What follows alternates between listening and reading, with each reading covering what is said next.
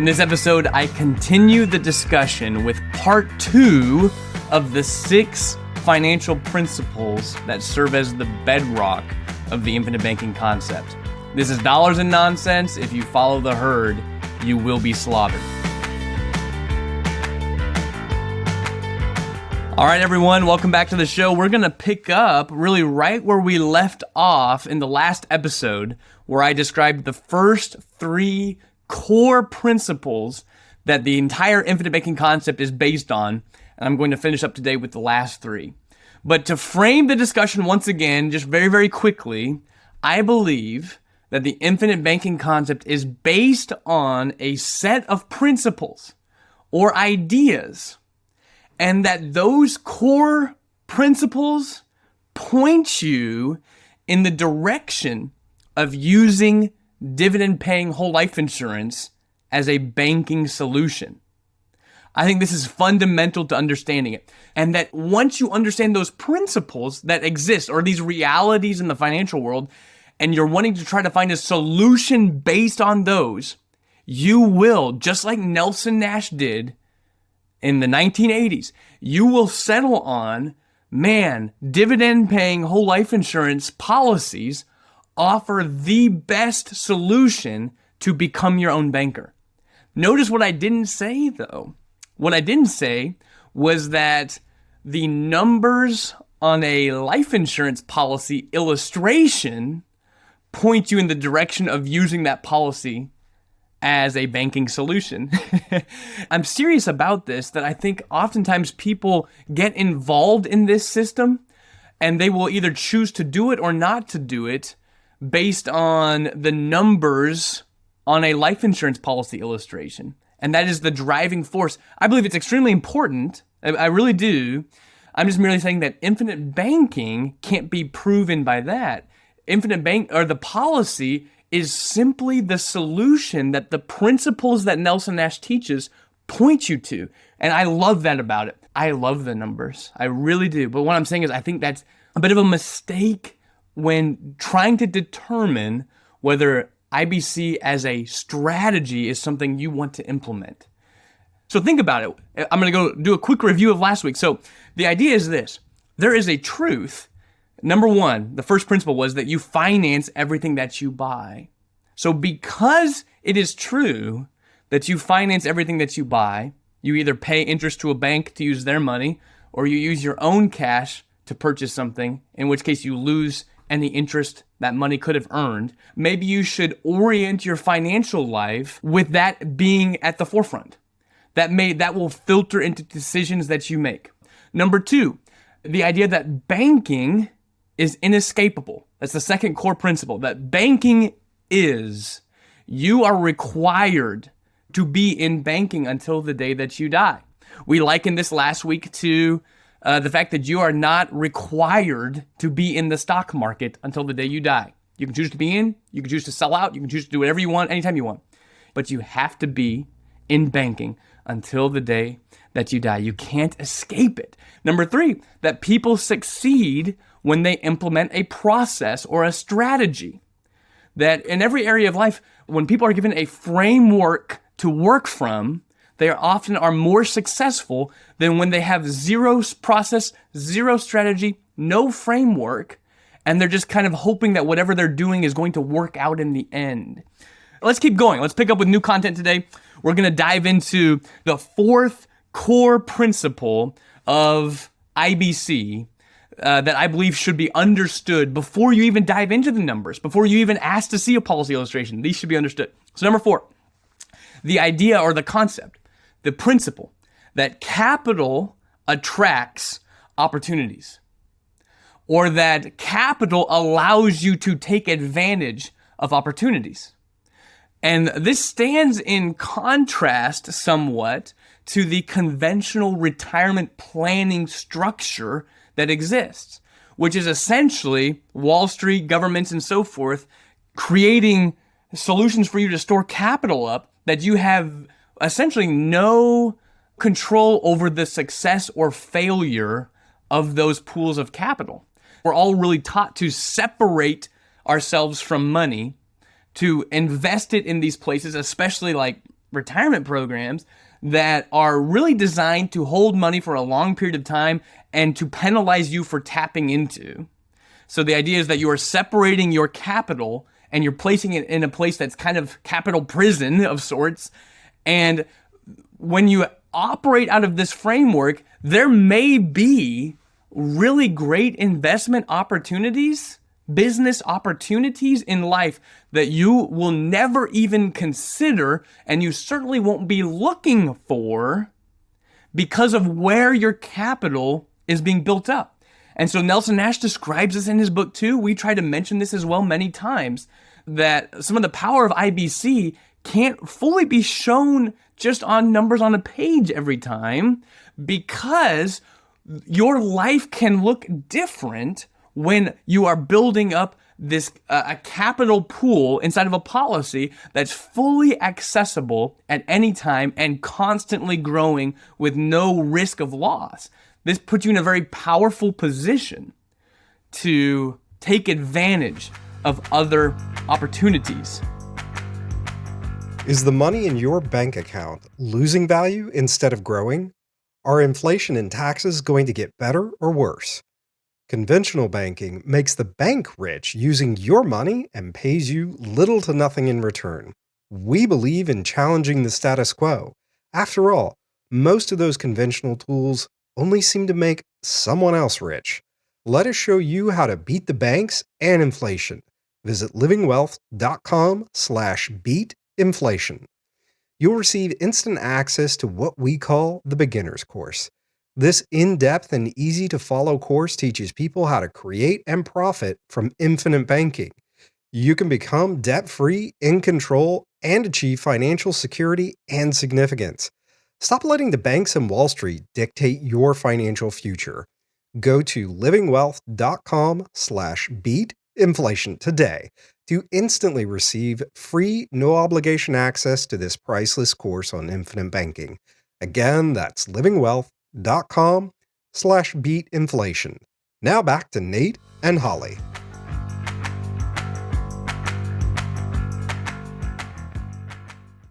The fifth principle is that mutual life insurance companies, function in the same business model as banks, with different ownership and with different parties receiving the profit of the business. This is a fundamental idea that points you to realizing that dividend-paying whole life insurance, based on reality, can be a great banking solution. This is one of the most important ones. And so the idea that mutual life insurance companies and banks are in the same business, operating in very similar ways. They take other people's money, life insurance companies in the form of premiums, banks in the form of deposits. They lend that money out to other people. And those people pay interest to the bank. They pay interest to the insurance company. Then the insurance company pays their depositors, the bank pays their depositors interest, and whatever is left over is sent as a dividend to whoever owns the institution. In a bank, all of the business is built on creating profit for the owners of the bank. So some businesses choose to not send out cash dividends, or not very much in cash dividends, and instead choose to take the profit, the operating profit, and reinvest it to expand the business, which will then boost share prices. So shareholders may say, I don't want a dividend, I want my share prices to go up. That's all great. But what we're saying is, nonetheless, the bank or the insurance company is in business to profit the owners. That's the way business works in capitalism. That's the way it works. And so this is the idea. This is the concept. This is the core function. So the idea is that a bank, over a period of time, never pays their depositors a greater amount of interest than the mutual insurance companies are going to be able to pay to their policyholders, because the bank is making money off of its depositors. Interest may go up and down over time, but they're always keeping a large spread above what they're paying their depositors. In the mutual insurance company world, the spread also goes back to the policyholders. So the principles answer some of these questions. Why is it likely that owning a policy with a dividend-paying whole life insurance company is going to produce a more profitable environment for me over my lifetime than simply being a depositor at a bank? It is based on this idea. It is based on this principle. And if that doesn't make sense, then there's nothing else I can do. Numbers on a page can only go so far to understand this principle. Last thing on this point, then we're going to finish up with number 6. Last one on this point, Nelson Nash also did an amazing job with a metaphor that I think does not get brought up enough. And the metaphor is the idea of cogeneration. So remember, the metaphor he was using was that if you take, for an example, a sawmill. And so you have, a lumber mill, a sawmill, who is cutting lumber all day, and there's a ton of sawdust that's being created that doesn't have much of an economical purpose in reality. You can't do much with sawdust. You can do some, but you can't do a ton with sawdust. And they're going to have a lot of it. So as Nelson Nash describes, it's not unusual for these large mills to have their own electrical generator that powers the plant, because they can take this otherwise not that useful sawdust and burn it to create power, to power the plant, to create electricity. And it's also not uncommon for those generators to be able to produce more power than what is even needed to run the mill. Now, what are they going to do with all this excess power? If they wanted to make good use of it, they could attempt to go run their own power lines and knock on doors and try to tell people that they should be buying power from their sawmill as opposed to the electric company. But of course, that sounds ridiculous. Instead, what you can do is plug into the system that's already there, the power system that's already there, and sell that excess power back to the power companies who will buy it. Essentially, the idea is, instead of creating your own bank, or instead of creating your own electrical power company, for most of us, it makes sense to plug into one that already exists to become more profitable. You don't have to go through a process of becoming your own banker by starting your own company, your own power company, your own banking company. I think that's a really great model to understand what we're really trying to say, is that we are just trying to plug into the banking business as an owner in the simplest, most scalable way possible. It would be difficult for all of us listening to this podcast to start our own banking enterprise by itself, but it's not difficult to plug in to one that already exists that's more profitable. So number 5 was mutual insurance companies function in the same business model as banks, with different people profiting from the entire enterprise. That's one core set of principles that point us in the direction that this might be a good tool to use to practice banking with. And lastly, number 6, this one is also a little bit less catchy, and I've got a few things to explain in it. But this, the 6th core principle that I think really points you to this idea is the idea of anti-fragility, that having non-volatile assets puts you in an anti-fragile financial position.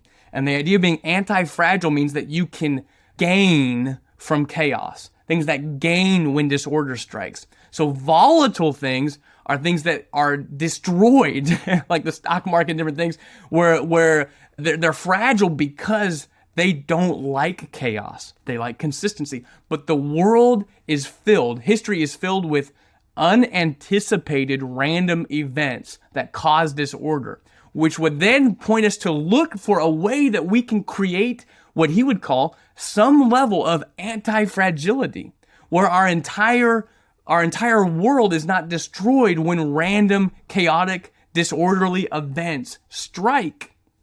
And this is the idea of putting yourself in an anti-fragile position. The same thing goes for many different areas. Like anytime that there's volatility, that's why I believe that a tax-free place also helps produce anti-fragility. Because in a world of deferred tax programs, the actual amount of money that you have in your account at the day that you'll need it years down the road, you really don't know what it's going to be, because the government and the elected officials can decide to change the tax rules, even just simply the income tax brackets. We know change all the time. They change all the time. And we're actually in a very low income tax bracket situation in the country today compared to what historically we have been in overall. So if you practice this concept, you're automatically going to start gaining levels of anti-fragility, and as opposed to when your entire world is built in volatile assets, you become very fragile. And we talked about this, by the way, in our beginner's course on infinite banking. It's actually one of the last episodes. You can see the idea of anti-fragility or fragility being put to work with the idea of just retirement as an example. So what we're saying, so the idea of anti-fragile is this exact same thing, that instead of having the money in the typical bond stock portfolios, instead, you have some money there, but you also have money in a different bucket that is not fragile, that is not volatile, that is anti-fragile, that continues looking great even, it's just a completely different bucket. It's not a volatile bucket. It actually puts you in a position where you can take a higher amount of income without the risk of running out of money compared to if you only had one of them. That's the idea. So if you just had the safe place without the more volatile place, you'd be able to pull out X amount of money. If you just had the volatile place and not the safe place, you'd be able to pull out X amount of money.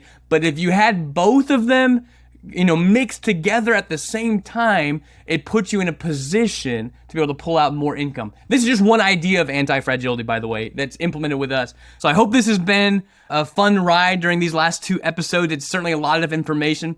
If you have any questions, as always, feel free to email me, Nate@livingwealth.com. I'd be happy to answer them. Otherwise, we will see you next week. This has been Dollars and Nonsense. If you follow the herd, you will be slaughtered.